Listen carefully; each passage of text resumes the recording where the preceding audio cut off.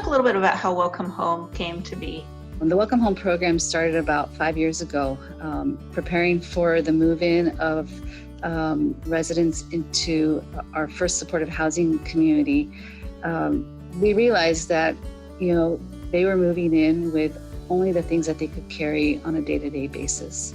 I remember a resident who we found out shortly after that was sleeping on the floor in his living room. And it really struck us that, wow, we just need to be a little more responsive and be prepared. What I would add to that is that we really do focus on the people who live in our buildings. It's not enough to say, okay, the lights are on, the doors are open. It's what does it take to allow people to really move in and make the place their home. My name is Shannon Shavira, and I live in the Palace Hotel Apartments. This is my refrigerator. These knife sets, welcome home gift. This dish rack was a welcome home gift. All of my dishes, my pots and pans, welcome home. And this is my son Leo. Leo, you want to show us something? After my baby's father died, we got kicked out of his mother's house. I lived in my friend's house. I lived at my sister's for a little bit. I lived at my aunt's for a little bit. I lived with my brother, and then finally, right before I got into the shelter, I was living with my son's great-grandmother. How old was your son in all this time that you were moving around? It started when he was 1, and we finally moved in here when he turned 3. So it's like 2 years, almost 3 years. Yeah. His early years were kind of hectic.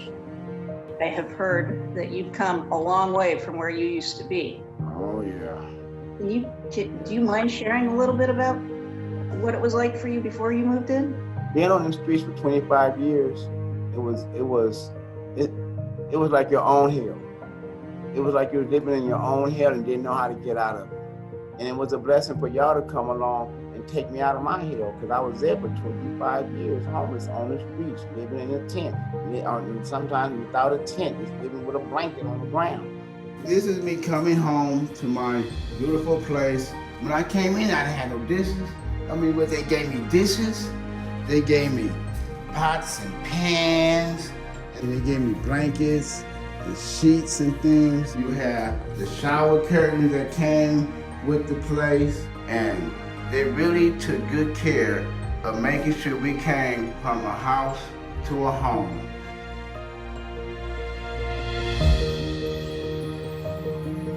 I just want to thank you and your team for being the driving force behind it and the brainchild and all of the people who support it. It's definitely a big undertaking, and it can't be done without the donations from the community, the volunteers that step up. Hundreds of volunteers step up to distribute these items. It's a big, joyous occasion, actually, for all of us, for the donors and the volunteers, because we have a big welcome home unpacking day where everything's laid out on the bed or in a basket on the counter, and people, when they open the door, it really is about making people feel welcome. Someone cared enough to actually set my stuff out for me and make sure that I had the things that I needed.